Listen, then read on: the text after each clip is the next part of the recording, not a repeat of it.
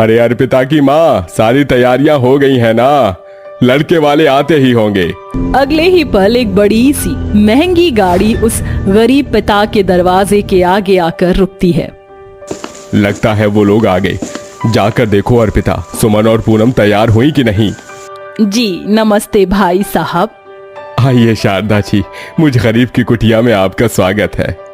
जैसे ही गायत्री कमरे में पहुंचती है तो उसकी तीनों बेटियां पूनम, सुमन और अर्पिता एक सादी सी साड़ी पहने हुए बैठी होती हैं। उनके चेहरे पर खुशी की जगह एक चिंता उभरी हुई होती है। बाहर आकर तीनों शारदा के पैर छूती हैं। भाई साहब, मुझे आपकी तीनों बेटियां पसंद हैं। क्या बात है बेटी, लगता है तुम तीनों मुझसे कुछ कहना चाहती हो। माँ जी, हम तीनों बहनें आपसे हाथ जोड़कर एक ही विनती कर रही हैं। हमारे पिताजी बहुत गरीब हैं। उन्होंने हमें बहुत कठिनाइयों से पाला है। हमारे गरीब पिता के पास इतने पैसे नहीं कि वो आपको दहेज दे सके। पूनम बेटी, ये तुम क्या बोल रही हो? माफ कीजिएगा शारदा जी, मगर आप बिल्कुल भी चिंता मत कीजिए। शादी में मुझसे जो हो सकेगा मैं वो सब करूंगा। गिरधर भाई साहब, भगवान ने अपनी दया से भरकर मेरे घर में सब कुछ दिया है। मुझे दहेज नहीं चाहिए। आप बस अपनी तीनों बेटियों को एक जोड़े में विदा कर दीजिए, क्योंकि आपकी बेटियों के स्वभाव में झलकता संस्कार लाखों के दहेज पर भी भारी है। शारदा जी, आज तक जितने भी रिश्ते इस गरीब पिता की दहलीज पर आए, सभी के सभी मेरी बच्चियों को दहेज के कारण ठुकरा कर चले गए। मगर आज पहली बार किसी ने मेरी बेटियों का संस्कार देखा है, दहेज नहीं। कुछ दिनों में गरीब गिरधर की तीनों बेटियां पूनम, सुमन और अर्पिता की शादी यश, अश्विन और अनुज के साथ हो जाती है। और विदाई के वक्त गिरधर कहता है, मेरी बेटियों, आज तक तुम तीनों अपने पिता की घर की लक्ष्मी थी, मगर आज से तुम्हारा ससुराल ही तुम तीनों का असली घर है और तुम्हारे सास और पति ही तुम्हारा परिवार। इसलिए उनके सुख दुख तुम्हारे सुख दुख होंगे। अपने पिता के दिए संस्कारों को लेकर तीनों बहू बनकर ससुराल आ जाती हैं। बहू, अपने शुभ पैरों से इस कलश को गिराकर गृह प्रवेश करो। गृह प्रवेश के बाद तीनों बहुएं अपनी सास के पैर छूती हैं। जुग जुग जियो, सदा सुहागन रहो। आज से तुम तीनों मेरे इस घर की लक्ष्मी हो। अगली सुबह तीनों बहुएं तड़के सुबह उठकर घर के काम काज करके खाना बनाती हैं। माँ जी, यश जी, देवर जी, आ जाइए, खाना लग गया है। क्या बात है अर्पिता भाभी, इतना सारा खाना? ये देखिए माँ जी, हमने आपके लिए आलू कसूरी मेथी की सब्जी बनाई है और दम आलू भी। ये कसूरी मेथी की सब्जी और दम आलू तो मुझे बहुत ही पसंद है। अरे भाभी, आपने हमारे लिए भी कुछ बनाया है कि नहीं? हमने आप तीनों भाइयों के लिए छोले भटूरे बनाए हैं, ये लीजिए, खाइए। इसी तरह से हंसी खुशी के साथ हर दिन बीतता है, जहाँ तीनों बहुएं अपने ससुराल को संभालती हैं और एक साल के अंदर अर्पिता माँ बन जाती है और अब पूनम भी प्रेग्नेंट हो जाती है। क्या बात है पूनम, मैं देख रही हूँ आजकल तुम्हारी तबीयत ढीली ढीली सी क्यों है? पता नहीं माँ जी, कुछ दिनों से बहुत उल्टियां हो रही हैं, दिल कच्चा कच्चा सा हो रहा है। अरे ये तो खुशी की बात है पूनम बहू, तुम माँ बनने वाली हो। हमारे घर में एक और नया मेहमान आने वाला है। माँ बनने की खुशखबरी सुनकर पूनम अपनी सास के पैर छूकर आशीर्वाद लेती है। खूब खुश रहो बहू, मगर ऐसी हालत में तुम्हारा झुकना ठीक नहीं। भगवान करे मेरे घर परिवार की खुशी ऐसे ही बनी रहे, इन्हें कभी किसी की नजर ना लगे। उसी शाम शारदा देवी के तीनों बेटे आंखों में आंसू लिए घर आते हैं। उनके सर और शरीर के हर हिस्से पर चोट होती है। हे भगवान, तुम तीनों को इतनी चोट कैसे आई? तुम कुछ बोलते क्यों नहीं? सब कुछ खत्म हो गया माँ, कुछ भी नहीं बचा। ये बताते हुए यश फूट फूट कर रोने लगता है। असल में तीनों भाइयों ने अपने खून पसीने की मेहनत से कपड़े की एक फैक्ट्री खोली थी, जिसमें आज अचानक से आग लग गई और कई मजदूर आग की चपेट में आ गए और कई झुलसकर मर गए, जिसके खामियाजे में उनका बिजनेस दांव पर लग गया। फैक्ट्री के साथ साथ अब ये घर भी हमारा नहीं रहा, हमें यहाँ से भी जाना होगा माँ। अर्पिता बहू, पूनम बहू, सुमन बहू, जब तक हम रहने के लिए कोई दूसरा ठिकाना नहीं ढूंढ लेती, तुम तीनों अपने मायके अपने पिता के घर चली जाओ। माँ जी, ये आप कैसी बातें कर रही हैं? इस वक्त जब आपको हमारी जरूरत है, आप हमें हमारे घर जाने के लिए कह रही हैं? हम आपको छोड़कर नहीं जा सकती। अब यही हमारा घर है और हमारा परिवार भी। आप जहाँ जाएंगे हम भी वहीं आपके साथ जाएंगी। एक ही पल में शारदा और उसकी बहुएं बेघर हो जाती हैं। अब घर बार से लेकर व्यापार सब कुछ उनसे छिन जाता है। ऐसे में सास बहू भूखी प्यासी सड़क पर इधर से उधर भटकती हैं और गरीबी से मारे मारे वो फुटपाथ पर ही रहने लगते हैं। अरे भाई, ये तीनों तो उसी फैक्ट्री के मालिक हैं ना, जिनके कारण हमारे अपने मारे गए। हाँ है तो वही, चलो चलकर इनके हाथ पांव तोड़ देते हैं। लोगों की एक बड़ी टोली शारदा के तीनों बेटों को घसीटते हुए बीच सड़क पर लाकर बहुत मारते हैं। अरे छोड़ दो, हमारे पतियों को क्यों मार रहे हो? अरे कोई तो बचाओ। लाख मदद मांगने पर भी उनकी मदद कोई नहीं करता। अब सड़क किनारे ही एक झोपड़ी बनाकर शारदा और उसकी बहुएं रहने लगती हैं। वहीं कई दिनों से खाना ना खाने के कारण पूनम की तबीयत खराब होने लगती है। क्या हुआ पूनम, तुम ठीक तो हो? नहीं सुमन, दर्द के मारे सर फटा जा रहा है और बार बार चक्कर भी आ रहा है। चक्कर नहीं आएगा तो और क्या होगा?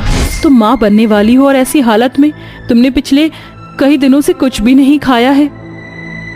अगर हम तीनों के पति ठीक होते तो हालात ऐसे नहीं होते। पता नहीं लोगों ने कैसे दुश्मनी निकाली है। हमारे पतियों के ठीक होने तक हमें ही कुछ करना होगा। तीनों गरीब बहुएं सोचने लगती हैं कि आखिर ऐसा क्या किया जाए जिससे घर का चूल्हा जल सके।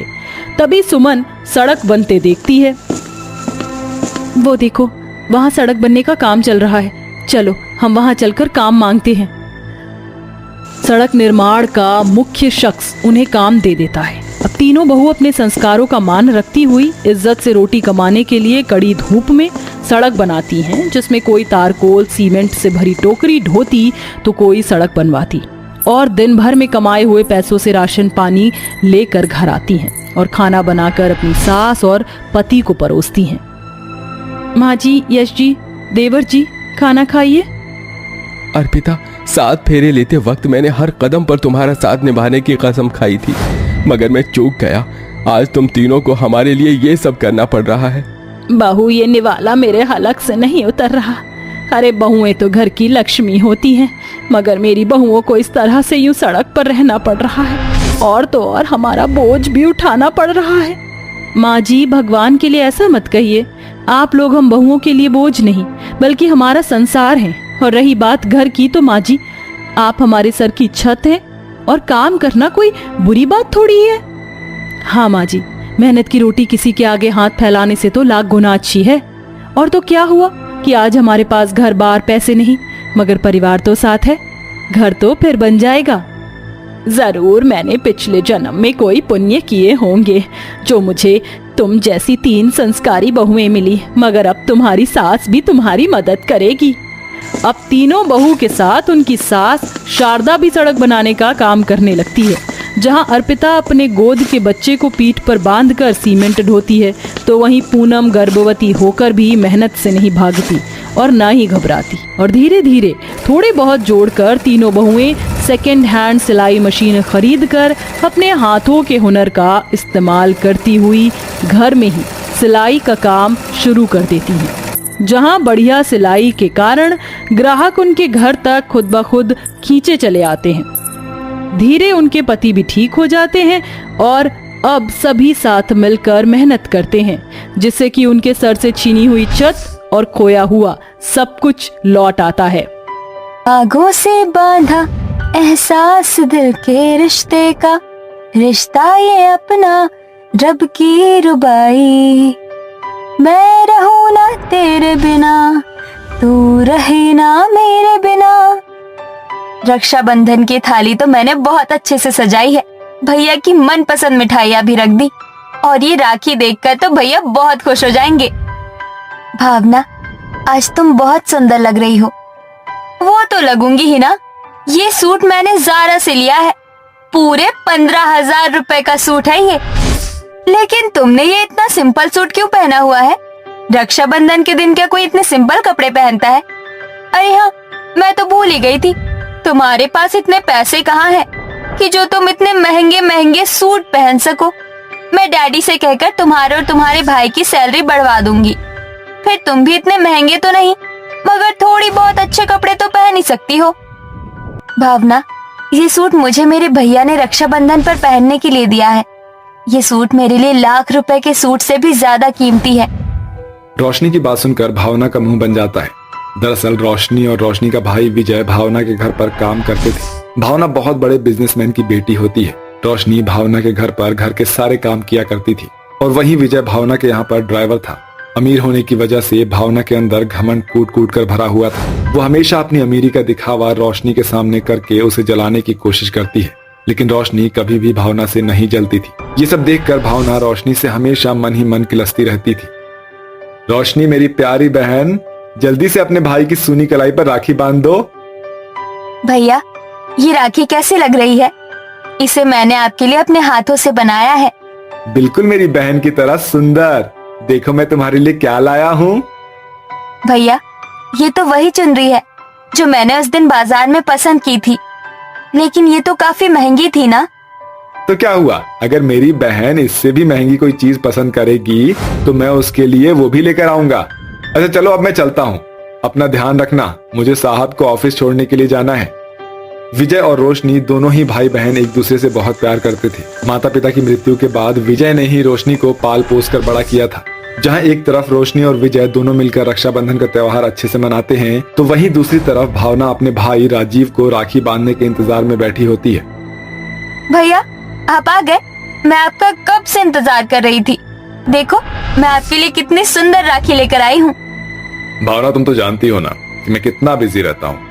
आज मुझे एक इम्पोर्टेंट मीटिंग के लिए जाना है, लेकिन तुम्हारी राखी की वजह से मैं जरूर लेट हो जाऊंगा। ये राखी का फेस्टिवल ना मुझे बिल्कुल पसंद नहीं। भैया, आप ऐसा क्यों कर रहे हैं? मैं साल भर इस त्योहार का इंतजार करती हूँ, लेकिन इस दिन भी आपको अपने काम से फुर्सत नहीं मिलती। आपके लिए मैं जरूरी हूँ या आपका काम? सच कहूँ तो भावना, मेरे लिए मेरा काम ज्यादा जरूरी है, क्योंकि शादी के बाद तुम तो चली जाओगी अपने ससुराल, लेकिन मुझे तो मेरा काम संभालना होगा ना। चलो अब जल्दी से राखी बांध दो और मुझे फ्री करो इस झंझट से। राजीव की बात सुनकर भावना की आंखों में आंसू आ जाते हैं, लेकिन वो बिना कुछ कहे चुपचाप से अपने भाई को राखी बांध देती है और राखी बंधवाते ही राजीव बिना कुछ कहे वहां से चुपचाप चला जाता है और बेचारी भावना रोती रह जाती है। थोड़ी ही देर में भावना के फोन पर एक मैसेज आता है जिसमें उसके भाई ने उसे बहुत सारे पैसे राखी के गिफ्ट के तौर पर दिए थे, लेकिन इन पैसों को देखकर भावना बिल्कुल भी खुश नहीं होती है और रोने लगती है। भावना हमेशा देखती थी कि कैसे रोशनी का भाई विजय उसके लिए छोटी छोटी चीजें लाया करता था और उससे बहुत प्यार करता था, लेकिन राजीव तो भावना से सीधे मुंह बात तक नहीं करता था। रोशनी, चलो मैं आज तुमको मेला घुमाने ले चलता हूँ। सच्ची भैया? हाँ सच्ची, चलो जल्दी से तैयार हो जाओ। इसका भाई तो इसे सिर्फ मेला घुमाने के लिए ले जा रहा है। मेरा भाई तो मुझे इससे अच्छी जगह लेके जाएगा ना। भैया, हम लोगों को बाजार गए हुए कितना टाइम हो गया है ना, क्यों ना हम आज कहीं बाहर चले? भावना, तुम्हें दिखाई नहीं दे रहा है क्या? मैं अपने क्लाइंट के साथ बैठा हूँ ना, और तुम बिना गेट नॉक करे मेरे कमरे में कैसे आ गई? यही तमीज है क्या तुम्हारे अंदर? आइंदा मेरे कमरे में कभी भी नॉक करके आना, समझी तुम? राजीव के ऐसा कहते ही भावना रोते हुए अपने कमरे में चली जाती है। भावना हमेशा ही अपने भाई राजीव के प्यार के लिए तरसती रहती है, लेकिन राजीव के पास कभी भी 2 पल का भी समय नहीं था। ऐसे ही समय बीतता रहता है और भावना रोशनी की शादी हो जाती है। अमीर होने की वजह से भावना की शादी एक बहुत बड़े घर में होती है, जहां उसे सारे ऐशो आराम मिलते हैं। लेकिन वहीं रोशनी की शादी एक गरीब परिवार में हो जाती है। गरीब परिवार में शादी होने के बाद भी रोशनी अपने ससुराल में बहुत खुश रहती है। ऐसे ही समय गुजरता रहता है और 1 साल बीत जाता है और वो दिन आ जाता है जिस दिन का हर भाई बहन को इंतजार रहता है। भावना बहू, सुबह के 11 बज चुके हैं और तेरे घर से अभी तो तुझे लेने के लिए कोई नहीं आया। तेरे भाई को याद तो है ना कि आज रक्षाबंधन है? हाँ माँ जी, उन्हें याद है। लगता है वो किसी जरूरी काम में फंस गए हैं, इसलिए आ नहीं पाए। मैं एक काम करती हूँ, मैं ही चली जाती हूँ। भावना, जाने कैसा मायका है तेरा। जब से तेरी शादी हुई है तब से तेरे मायके वालों में से एक बार भी तुझसे कोई मिलने के लिए नहीं आया। लगता है तेरी शादी के बाद वो सब लोग तुझे भूल गए हैं। अपनी सास सुजाता की बातें भावना को काफी बुरी लगती है, लेकिन कुछ ना कहते हुए जल्दी से अपने भाई से मिलने के लिए अपने मायके चली जाती है, जहां वो देखती है कि उसका भाई आज भी मीटिंग में बिजी होता है। अरे भावना, तुम यहाँ, और वो भी ऐसे अचानक? लगता है तुम्हें घर की याद आ रही थी। चलो तुम यहाँ बैठो, थोड़ी देर में मम्मी पापा भी यहाँ पे आ जाएंगे, फिर तुम उनसे मिल लेना। भैया मैं मम्मी पापा से नहीं आपसे मिलने के लिए आई हूँ। आप भूल गए आज रक्षाबंधन का त्योहार है। ओह शिट, मैं तो भूल ही गया था यार। तुम थोड़ा वेट करो, मेरी एक इंपॉर्टेंट मीटिंग चल रही है, मैं उसे कंप्लीट करके आता हूँ।